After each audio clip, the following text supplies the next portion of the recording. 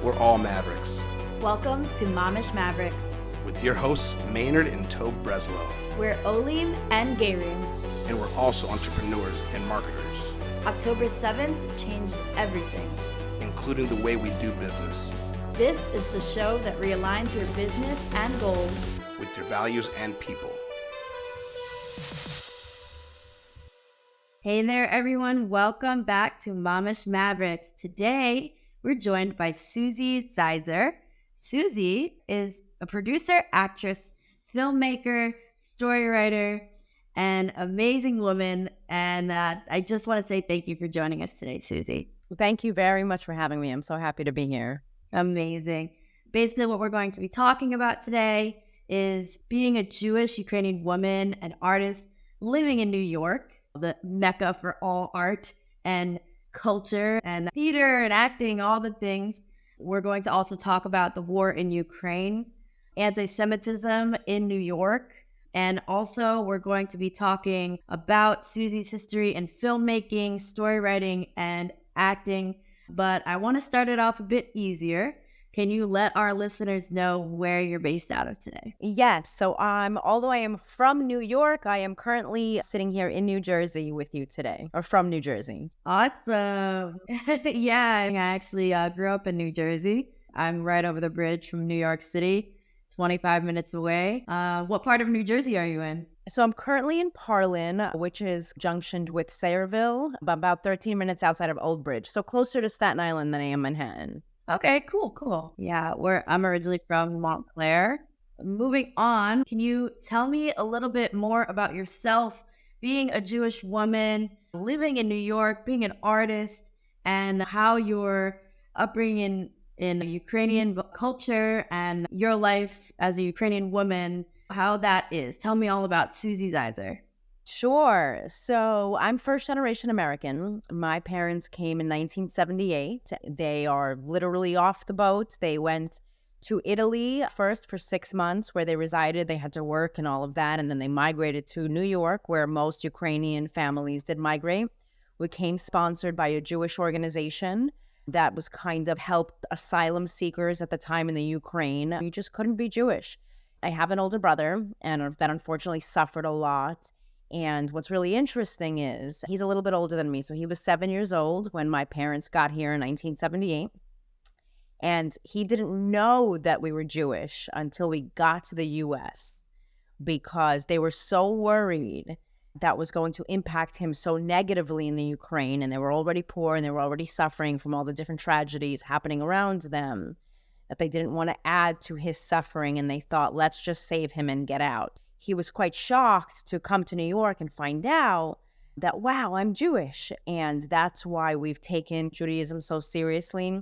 So fast forward, I was born in 1984. My family and I started learning English together. Russian is my first language, being from the Ukraine. So while I went to school, my parents went to school as well to learn English. My dad was an airplane mechanic in the Army back in when it was still the USSR. So he went right into mechanics. And I had a lot of trouble at first because I didn't speak English. At first, we were in a very Eastern European neighborhood, and that was great. But I actually had a lot of trouble socializing in schools and things like that. So my parents moved me out. And eventually we were like 8 people in a 1-bedroom apartment in Brighton Beach, which I'm sure might sound familiar to you. It's like little Eastern Europe. And my parents eventually were able to get out and they moved to Staten Island where we had a little bit more room and where school system was a little bit better and it was a little bit more Americanized. And it was really, they thought it would be better for me, but it was really hard for me because I couldn't socialize because I didn't speak English. It was hard for me in school. It was hard. I almost got left back because I couldn't spell my name. I could spell my name in Russian just fine, but I was not able to spell my name in English. So I had a lot of trouble. Luckily, in the Ukraine, they do teach English. It's mandatory to take English as one of your classes. So my brother was very conversational. And so my brother, being 15 years older than me, what kind of took over as like the parents for me. So he helped me in school. He went on the school trips with me, helped me learn English. Together, and my parents and I took TV very seriously. They watched Sesame Street with me. They watched Popeye with me. I was obsessed with spinach growing up because I always thought that's what's going to help me make friends and learn English is eating that spinach. And my mom used to run to the grocery stores looking for cans of spinach to help me. So I was very much introverted. I found my own little Russian-speaking community, but eventually I did get a little bit more Americanized, but I was always the different person. Everybody had, at the time, peanut butter and jelly and all of that was accepted. These allergies didn't exist, like gluten and things like that. Schools are much more conservative now with what you can and can't bring, but while everybody next to me had bologna sandwiches and peanut butter sandwiches, well, I was packed salata liviana in a jar, or a smoked fish with bread and butter, which was like so different and out of the norm that I definitely got, kids can be very mean, and I got quite outcasted for many years. So I grew up in a very insecure kind of manner, which caused me to grow up in an anxious state of mind. As I got older and more comfortable with myself, I began to really take big part into the culture. And once I learned about my brother and how Judaism really affected him, like my brother, from the moment he was in America, he was in a yeshiva. He took Judaism so seriously, finding out that, holy moly, like I can be something here that I had to hide where I come from. So, I went right into Sunday school, and we started observing the holidays right away, and we created our own little traditions. And I got more and more comfortable with who I am and where I come from. And that is my story. Wow, that's an incredible story. I'm like blown away. It's like you have one identity, and then your family has an identity and their own values and culture where they come from. And then you're brought into this world, and all of a sudden you have to find your identity along with your parents in America. And we talk a lot about immigration in America, and it's such a vibrant topic that there's so many different stories of so many cultures coming to, I think about West Side Story, where they said, I want to be in America. Like, it's everybody's dream to be in America. Even today, myself living in Israel, people ask me, why not stay in New York? And I'm like, in my mind, I'm like, there's nothing left for me in New York. But like for reality, like I left because I just needed to find my Jewish identity in Israel. And I can really tell that for you at the beginning, when it was a struggle, it's really become similar to the Popeyes spinach for you. It's really become a strong suit for you. And it really played into your identity and your values now. Speaking about Jewish identity and your connection to Yiddishkeit, obviously it's very important to you. Can you walk me through your journey of being an artist and the filmmaking and the story writing and being an actress, and what role your values there play into that? Absolutely. So growing up in a place where I was so different, and that's one thing is like in America is supposed to be a place, and I'm being candid with my opinion here. America is supposed to be a hot pot and a place where you can be different. But not everybody likes different. Not everybody favors different. And so growing up, I did have a lot of trouble kind of making friends. And my parents, not only was I trying to find my identity, but my parents were trying to find like how to be American and how to be American parents and they were looking at all these other examples. So we just grew up so differently. I grew up so differently than many other people. And it caused, because of, like I had mentioned, a little bit of the insecurity it caused in me, I found security in performing where I got to be something else for somebody else for even a short period of time. And that gave me that like little bit of confidence, that little bit of security blanket where I don't have to live in this hidden world. And I never had to live in this hidden world. And that's the magical thing about it, is that, but in my head, I was so different. I was so different than everybody else around me. I ate different things. I spoke a different language. I drank different things. I enjoyed different things. I watched different things. I read different books. And so I think different is beautiful and magical. But growing up, it was a scary world. And while we tried to find our place, my parents put me in the Brooklyn Academy of Arts, which happened to be mainly Eastern European, which was a blessing and a curse because it put me back into my safety zone with the whole Eastern European community. But it also allowed me to learn alongside a group of people that are just like me and that were trying to find themselves just like me. And most of these children were children of migrants that have come and that are performing either because they love to or performing just as to make a hobby or whatever the case is. I spent a few years in the Brooklyn Academy of Arts as a child. I got to perform in some shows like Annie, for instance, which was really, and the feel of being able to play somebody else gave me such an eccentric drive, gave me such, I have chills like they're talking about it right now, where it made me feel so incredible and so good. And staring out and seeing my parents in the audience who barely speak a lick of English sitting there clapping. I'm not even sure they knew what was going on, but that was their daughter on the stage. And I was portraying this movie that we then later together watched, and it became like a part of my family. But I remember them sitting there filming, and I just remember my mom clapping from the first row. She was so proud that I was fitting in somewhere. And she tried to put me into ballet. And unfortunately, I'm not graceful. And after the second week of ballet, when my mom came to pick me up, the teacher actually gave her a full refund and said, "I'm sorry, but it's just not going to work. She just doesn't belong here." And that happened a few times. I wasn't your typical American girl. I wasn't an American girl. I always say that I was put in the wrong place. And so performing gave me, and then I went into school, and I had so much trouble in school, but then I went into the Christmas shows and the holiday shows. And unfortunately, there weren't Hanukkah shows. But as you got older, they did do more holiday shows that incorporated more of the different religions. And it's just something that really helped me. And as I got a little bit older, I started to suffer more from anxiety, which I still do today. And I realized that talking about it was the best way to really cope. I mean, obviously, there's other outlets, but you don't realize how many people are like you until you start to talk about it. I started talking about like how film has helped me and how being on stage has helped me. And so growing up, when I was 25 years old, I moved to California. I lived there for 11 years and I studied theater. And it was a very controversial time because this is the time when Trump got elected and California is a very democratic state. And so everything became divided. Just as I'm starting my theatrical journey, everything got divided. And now there was so much you couldn't do. There was so much you couldn't say. There was so much you couldn't be. There was so much you couldn't portray. And so here I am, this person that wants to do all of that. And now I can't. I hit a lot of stone walls in the beginning because now I'm back into that place where I was when I was a child. I don't know how to be this. I don't know how to do this. I don't know what I can and can't do or how or where, what I can and can't say.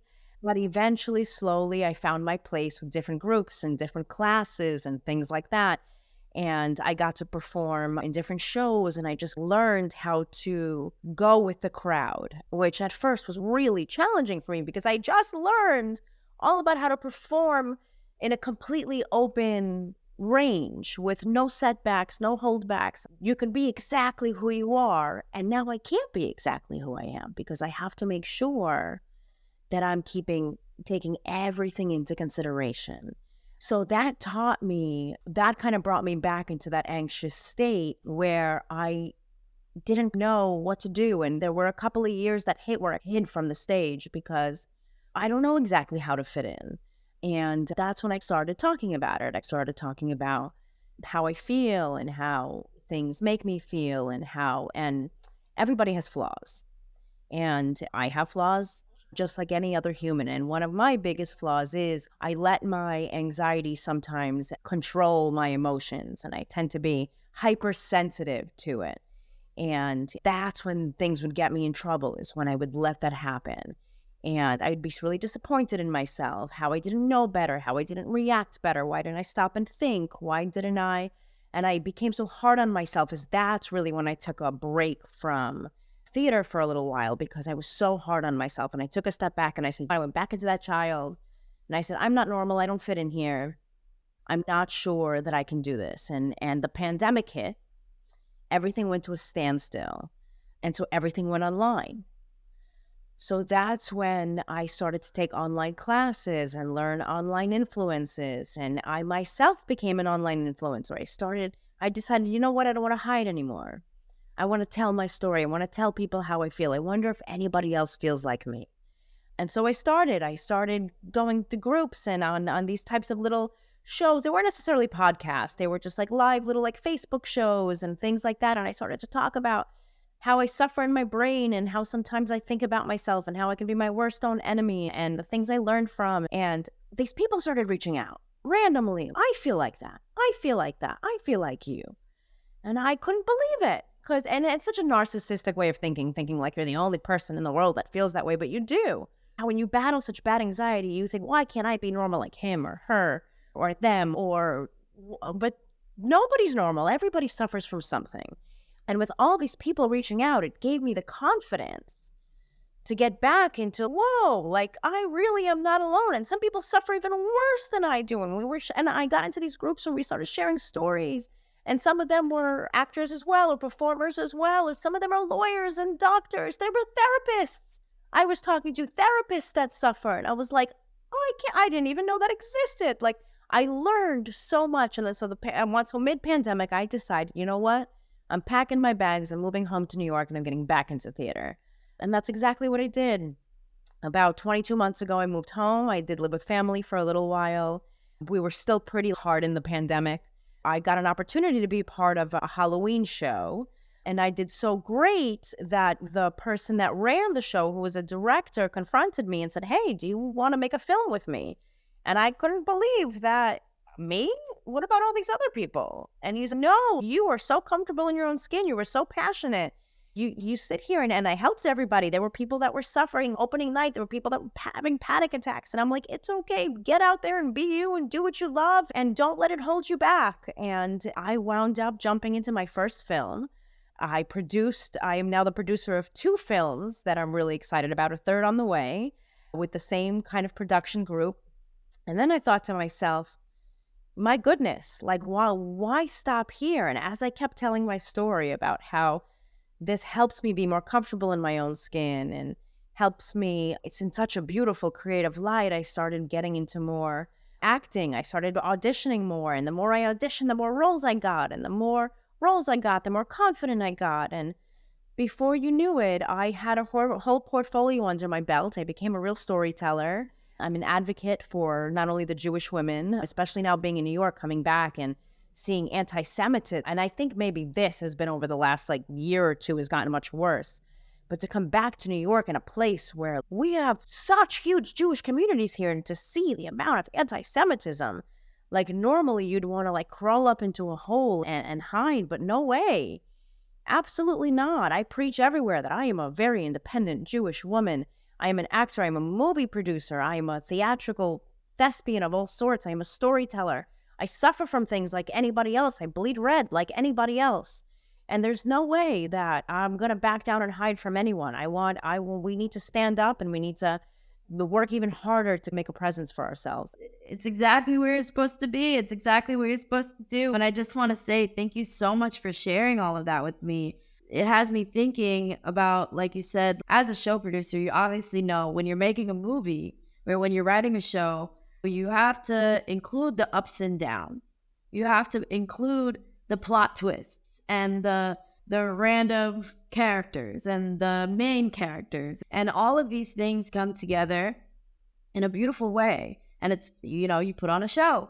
And in that, I make this comparison to you as such a strong individual, found exactly what your why was. Your why do I want to tell stories? Why do I want to tell my story?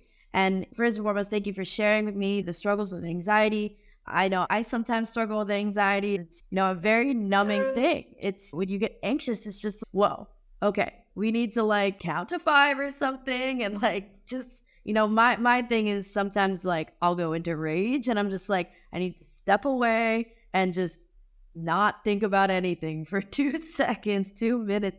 And I can totally relate. You're saying that everybody has their own character defects and their own things that we're working on. And that's the beauty of being a human. In reality, that's the beauty of living a human life and existing in this world.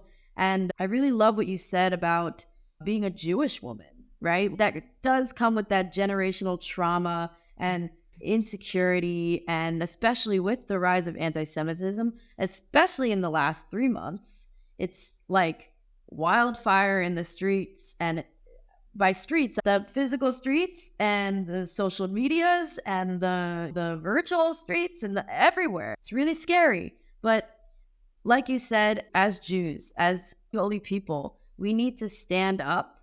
And this is not our time to take off, for men, take off their kippahs, God forbid, hide their tzitzit, and for any Jew to tuck in their Magen David. It's very easy to, like you said, curl up in a ball and feel scared and feel all those feelings. But at the same time, like now more than ever, it's so important for us not to hide. And like you said, with the way that acting and storytelling and being in shows gives you that confidence to really be in control of your anxiety and say, I'm bigger than this. And I really love how you found this way into theater and acting to be your confidence and your love. And I really commend you for that. It's a really brave and courageous thing to do. And I want to turn a little bit more. I was talking about how since the rise of anti-Semitism started after October 7th, and obviously me being in Israel, like I can tell you we're still, even though things seem normal and I can go to the supermarket and drive wherever, but things seem normal, we're still in wartime. And it's a lot of very much living with more awareness and living with more of a sense of, I need to be secure and I need to feel secure. And if I don't feel secure, then maybe it's time to go back home and not be around this area right now. And so I want to learn more about, you wrote here in your topics, you wanted to talk about the war in Ukraine.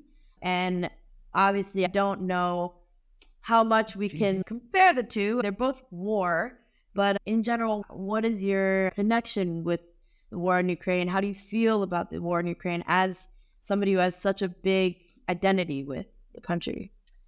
So both, and I didn't mean to take away from the war happening in Israel, because both actually affect me very heavily. In 1978, when my parents made the decision that, and it was part of a lottery too, this Jewish organization was sponsoring certain families to go to the US, and they put their name in. Half my family didn't want to go to the US. So half my family went to Israel and half my family went to the US. And so I do have a lot of family in Israel, and we do keep in touch, and it's affected. It's definitely, war in Israel, unfortunately, has been going on for so long. And although the Ukraine has, and the thing about Israel is it's so small, like it's so small, and yet it stands so tall. And so the Ukraine is very resourceful. A lot of resources come out of the Ukraine. And the war just suddenly happened, and they're being attacked by their same culture. I understand Russia's a different country, and I understand that.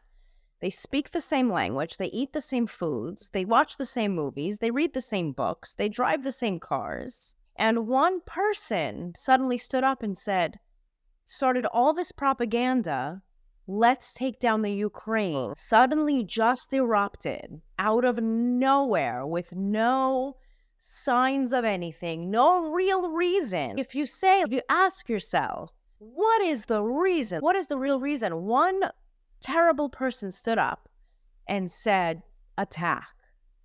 And everything is blinded. So believe it or not, most of Russia is against war. But their media channels and their newspapers and their reporters and things all have all of this brainwashing material that say the war in the Ukraine is good. It's going to better the Soviet people. It's going to better Russia. It's going to better. But it doesn't talk about how many innocent people are dying, how many innocent children are dying, how many schools and hospitals are being blown up, and how many. It doesn't say that in the media. But I think as time has went on, I think more Russian people understand the truth of what's happening. And I think there are more supporters in Russia than people imagine. And that's why I say, like, when everybody says, I hate Russia, don't hate the people.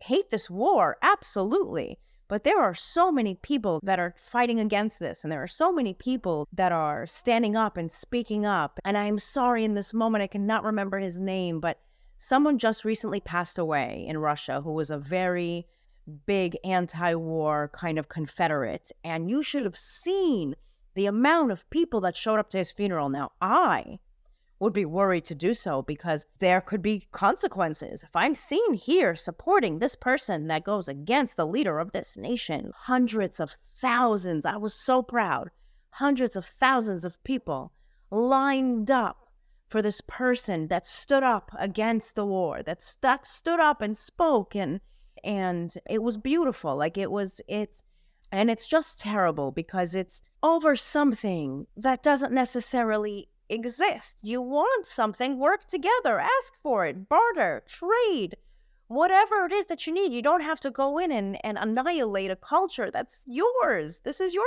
culture. I do have family in the Ukraine. Luckily, I'm fortunate enough where the family that I do have was able to get to Poland, and they're safe in Poland, but unfortunately a lot of people didn't have such success.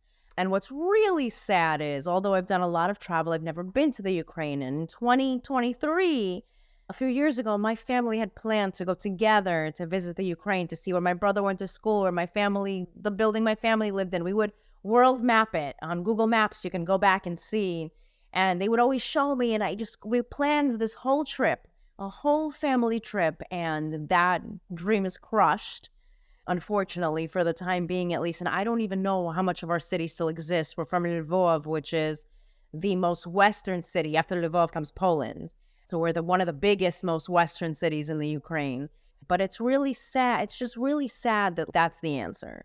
Like, the answer is to show power and fear, and the same thing's happening in Israel. Like, it's all about power and fear, and it's not the way to fix an issue. It doesn't solve anything. And I think a lot of people are scared to speak up. A lot of people are scared to. But I will say one thing that I think that both the Ukraine and Israel hold is, I had family members come and they stayed with my parents because, unfortunately, and I roll my eyes saying this, but in America, migration is a really controversial topic. And some people are totally against it. And I understand their thoughts on why they're against it, because America has so many issues. You're helping all these other people, but when are you going to help? Our Medicare, our medical system's terrible. Our education system's terrible. We have starving people everywhere. We have people dying because they don't have health insurance every single day. I understand it.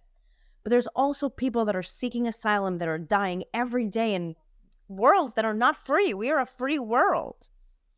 I am all for doing whatever you have to do to survive and better your family. And I understand not everybody's going to look up on that. Some people are going to look down on that. And I understand if you're a criminal, if you're something like that. I understand that if you're taken into another nation and you commit crimes and all of these terrible things, I understand that you shouldn't be accepted. I understand, but there are some people that will die. There are some people that will not survive. I just think that the Ukraine and Israel are two incredible nations that are this small compared to the nations around them, these massive nations that are just trying to take them down, and they're still standing tall. And it's like the 8-Day War. It's like going back in history to the 8-Day War. They are standing, they are fighting, they will continue to fight. The president of the Ukraine, people make jokes about him all the time, Zelensky. You can joke all you want, but would your president fight in war with the people? Would your president put on your comedian, by the way, who was never trained in any sort of a war of any sort, put on a bulletproof vest and go fight into war? You can make all the jokes that you want, but that's how people are raised. Like, it's unbelievable. I completely agree with you.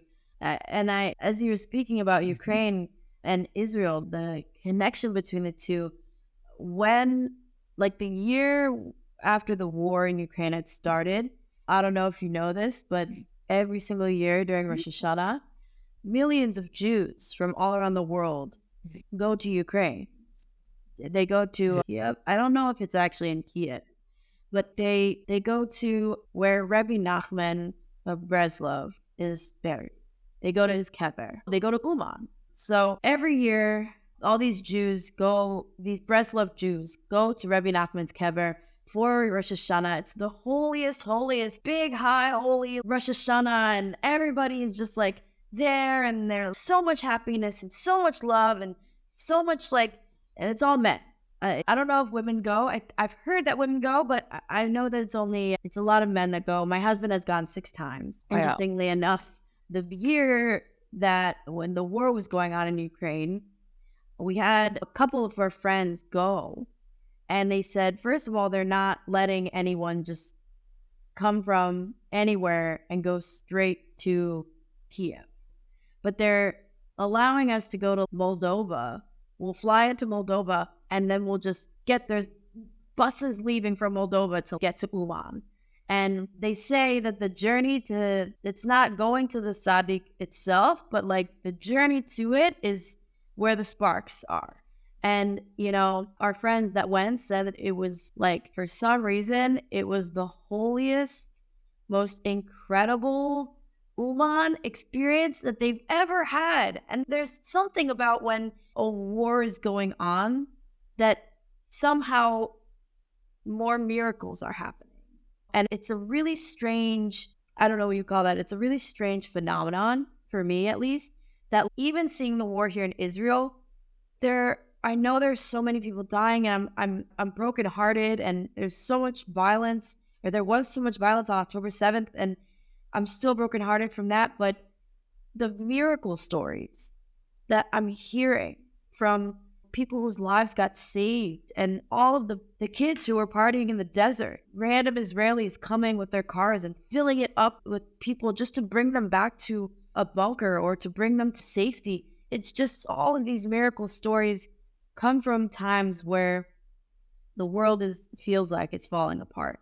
And I want to bring it more onto the side of God works in really funny ways. Like they say, there's a line that goes man plans and God laughs. Coincidentally enough, my husband and I and some of our friends, we were going to go on a trip. Our friend is very well known in the Netflix world, and she said, I'm going on this cruise, and I want all of you to come with me, and we're going to go on a cruise. And we were 4 days away from leaving from Haifa, and the war happened, and cruise canceled. We're not going on a cruise anymore. But what happened was the boats that were going to bring us on this fancy cruise around the Mediterranean became boats to bring American or any immigrants or tourists that were stuck in Israel back to their homes because the war started. And I think that's it's such a miracle, right? That these things can happen.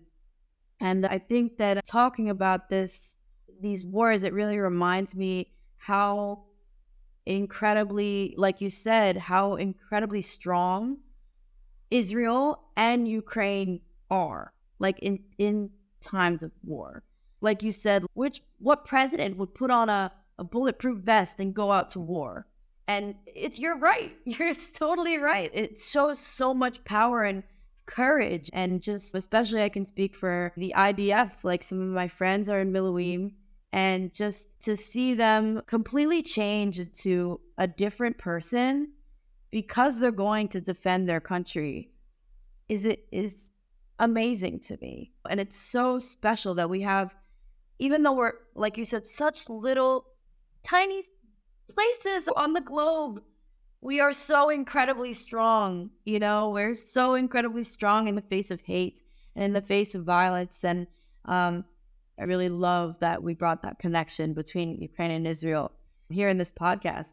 I want to move on a little bit. Obviously, not that war is not important, but I want to learn more about, as yourself, as your own brand, what do you feel has been the biggest obstacle for you to get your name out there? And like you said, you became an influencer.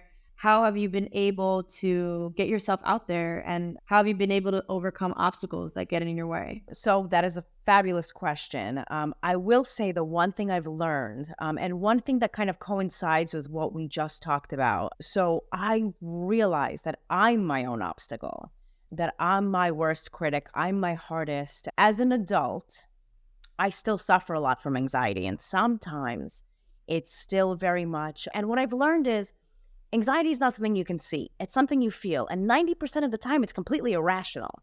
You get these thoughts in your head that aren't even realistic.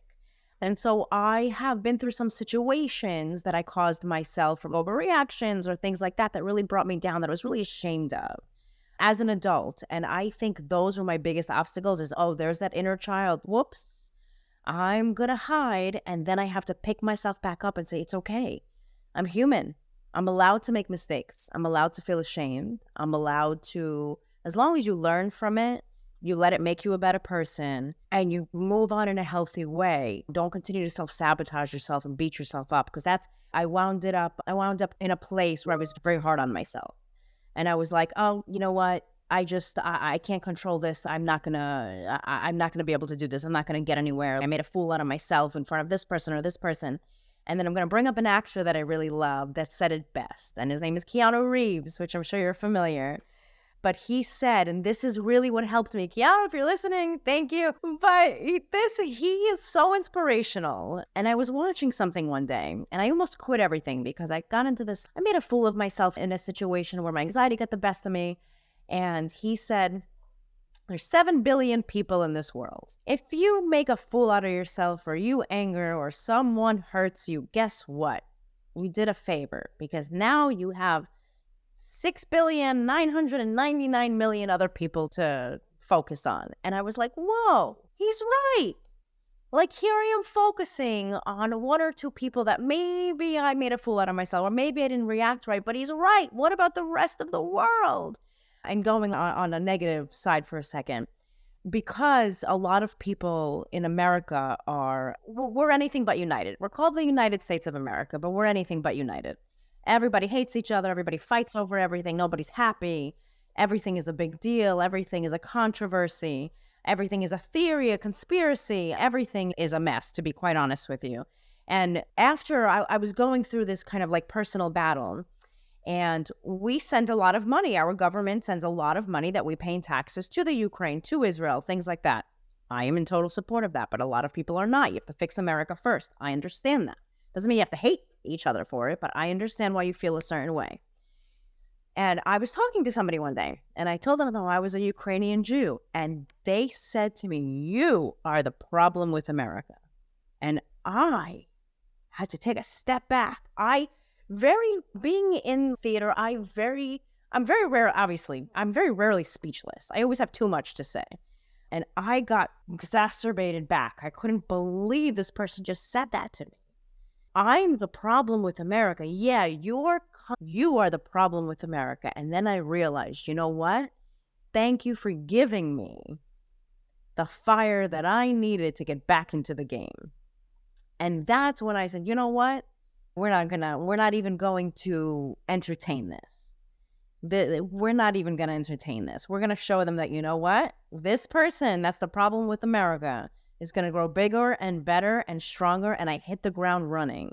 And I started joining a lot of groups and networks and classes. And I really, for the first time in my life, I really forgave myself. I think self-forgiveness for me is the hardest. I think that if somebody does something wrong to me, I'm easily forgiving. I will easily forgive you, but I don't easily forgive myself. And that's in my genes. My dad's very much like that. My aunt's very much like that.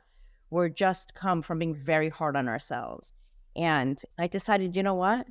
I'm going to forgive myself. I'm going to learn. I'm going to move on. I'm going to tell my story, and I'm going to make the best brand out of myself that I can.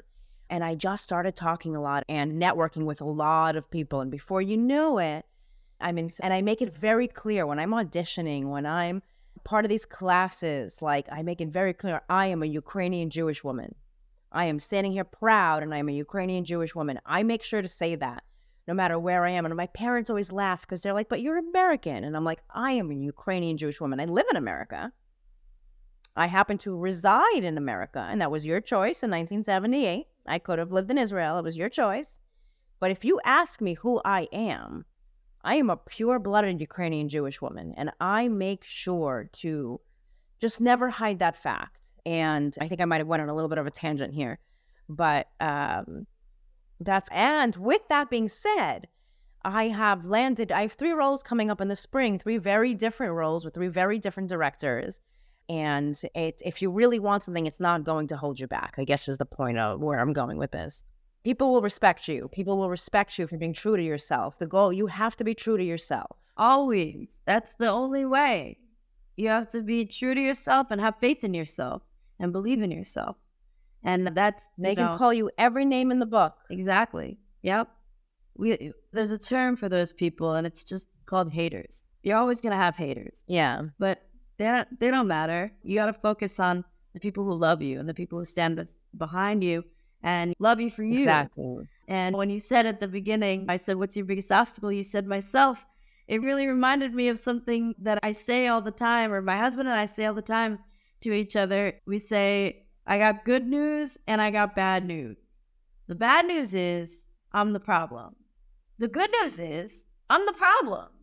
And it makes you think about that. Even if you're the problem, yeah, you could look at it in a bad way, but you can also look at it as I'm the problem. Now I can learn how to fix it. And it helps us stay on our toes. It's okay to say, I'm the problem. I understand I'm the problem. I'm going to fix it. I am human.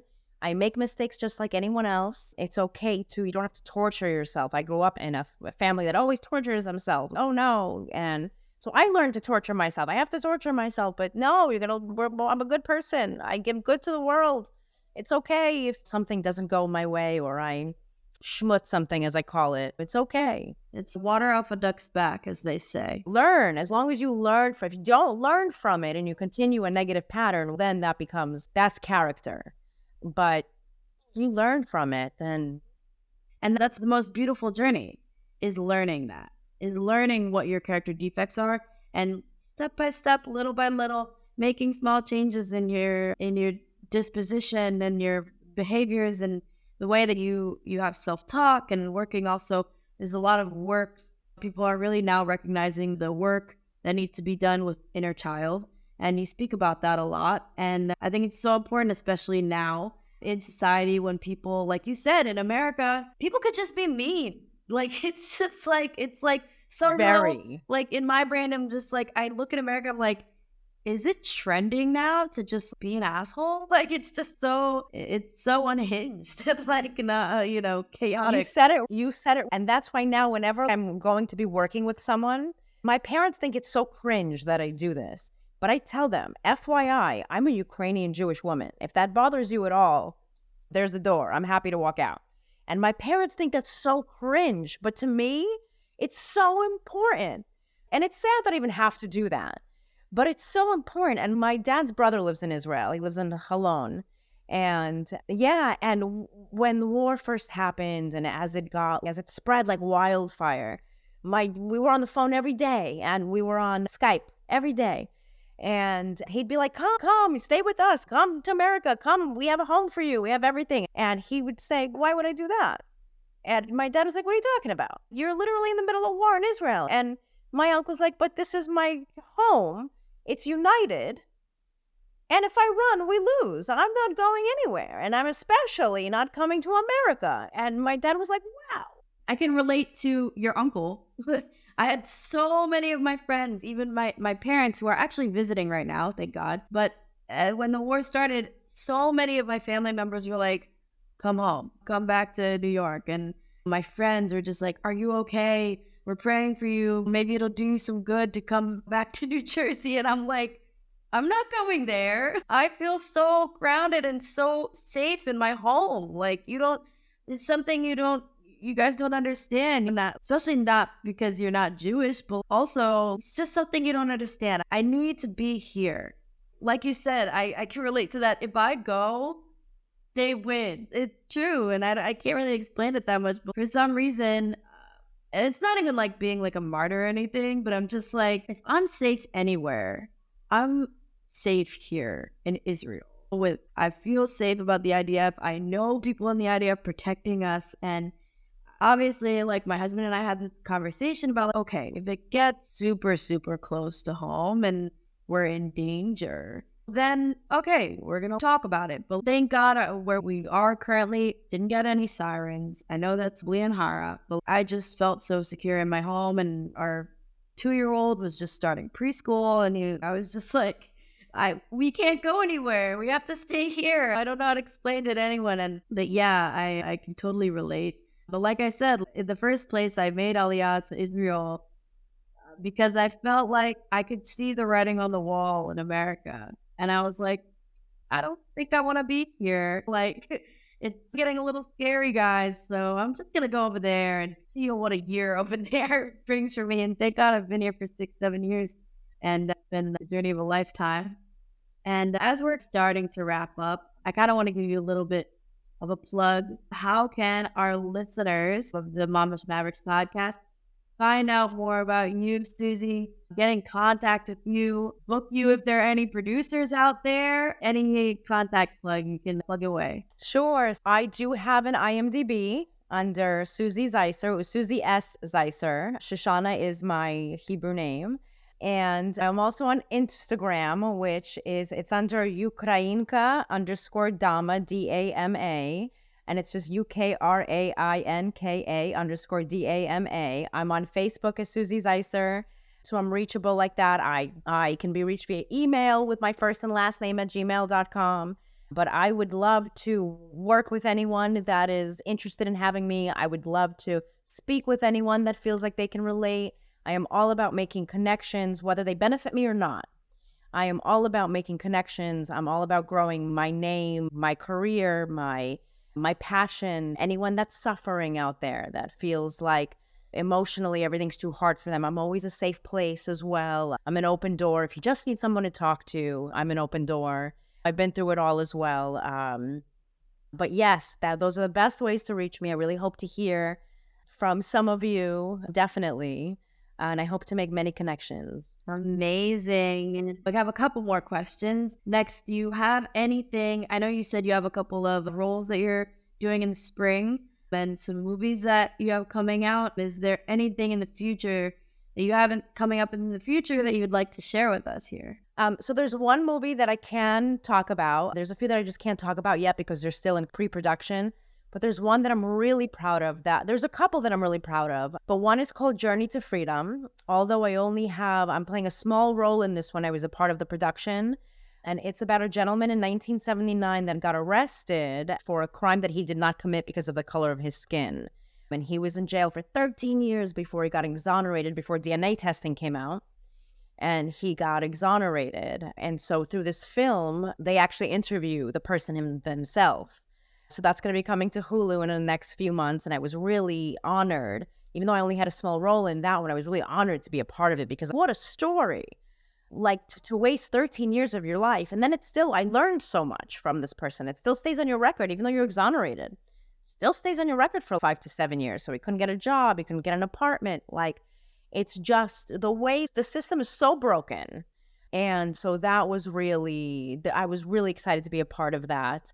I am on another podcast every couple of weeks called The Nerd Badge, where we just talk about like fun things and current events. And for any wrestling fans, I'm a wrestling fan. I'm a movie fan. We talk about things like that. You're a wrestling fan? That's amazing.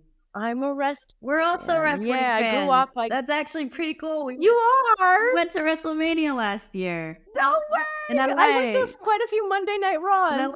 Wow, I love that. It's there's other people like me that are in this world. Thank God. I would have never guessed. Yeah, you would never guess. And the couple of roles I have coming up, when I'm playing a reporter, when I'm playing a dispatcher, when I'm playing a teacher, so I do get to very much. I did a few things. I love to do character work. So I did a few things where I played a witch and a vampire. And it's fun to be something so fictional because you can really play around with it. And it's like an out-of-body experience. So I'm really hoping to grow my career this year. I'm putting more effort into it. I'm taking classes. I'm even taking one class out of the UK virtually. I'm really trying to grow my brand, my name, not only as an actor, but a human sufferer, if you will. An influencer, a storyteller, and just a motivated kind of woman in this world. Wow. Well, thank you so much for sharing that with us. And we spoke a lot about your personal life. We spoke a lot about your professional life. And I just want to know, how do you, Suzie Ziser, define success, whether it be professional, personal, spiritually, identity-wise, in your life, in the big picture? What does success look like? Oh, success, as corny as what I'm going to say, is honestly just inner happiness. I would like to, they always say, where do you see yourself in 5 years?